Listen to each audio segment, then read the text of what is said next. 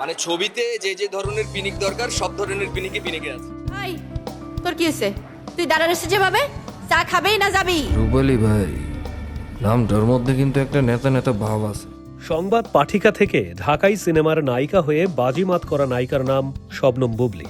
৮ বছরের কেরিয়ারে বুবলি দর্শকদের উপহার দিয়েছে প্রায় 2 ডজন সিনেমা। তবে কখনো তাকে পর্দায় নেতিবাচক চরিত্রে দেখা যায়নি। এবার প্রথমবারের মতো নেতিবাচক চরিত্রে দেখা যাবে বুবলিকে। জাহিদ জুয়েলের পরিচালনায় নির্মিতব্য এই সিনেমাটির নাম পিনিক। এটি একটি সাইকো থ্রিলার ঘরানার অ্যাকশন সিনেমা। প্রযোজক শিমুল খান জানান, সিনেমার প্রায় সব চরিত্রই নেতিবাচক। প্রতিশোধ ও পাল্টা প্রতিশোধের চমৎপ্রদ গল্প নিয়ে সাজানো হয়েছে এই সিনেমা। তবে বুবলির চরিত্রটি আলাদা মাত্রা যোগ করবে। তিনি বলেন, এমন বুবলিকে আগে কেউ দেখেনি।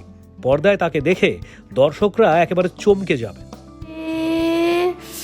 এই তুই এত কথা কইতাছিস কে? কত হ্যাঁ, তুই কি শিক্ষক? রাজধানীর কাছাকাছির এলাকায় সিনেমাটির অ্যাকশন দৃশ্যের শুটিংয়ের কিছু অংশ হয়েছে। সিনেমার শুটিং শুরু হয়েছে গেল নভেম্বরে কক্সবাজার ও রামুতে। আগামী 22 ডিসেম্বরের মধ্যে সিনেমার বড় অংশের শুটিংয়ের কাজ শেষ হবে। এরপর বাকি গানগুলো শুটিং দেশের বাইরে করার পরিকল্পনা করছেন নির্মাতারা। পিনিক সিনেমায় বুবলির সঙ্গে জুটি বেঁধেছেন আদর আজাদ। এই দুজনকে এর আগে তালাশ ও লোকাল সিনেমায় একসঙ্গে দেখা গেছে। তবে এবার তাদের রসায়ন আরো গভীর এবং রোমাঞ্চকর হতে যাচ্ছে।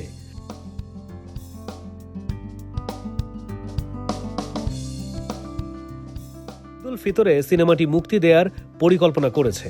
পরিচালক জাহিদ জুয়েলের এটি প্রথম সিনেমা। এর আগে তিনি নাটক ও বিজ্ঞাপন নির্মাণে দক্ষতা দেখিয়েছেন। পিনিক প্রসঙ্গে তিনি বলেন, এটি আমার প্রথম সিনেমা, কিন্তু আমি এমন কিছু করতে চাই যা দর্শকের মনে গভীর ছাপ ফেলবে।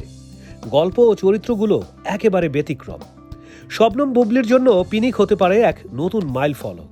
তার নেতিবাচক চরিত্রে অভিনয় কেবল তার অভিনয় শৈলীকে অন্য মাত্রায় তুলে ধরবে না, বরং ভক্তদের জন্য নতুন অভিজ্ঞতা দেবে। পিনিক নিয়ে দর্শকদের প্রত্যাশা ইতোমধ্যেই আকাশচুম্বী।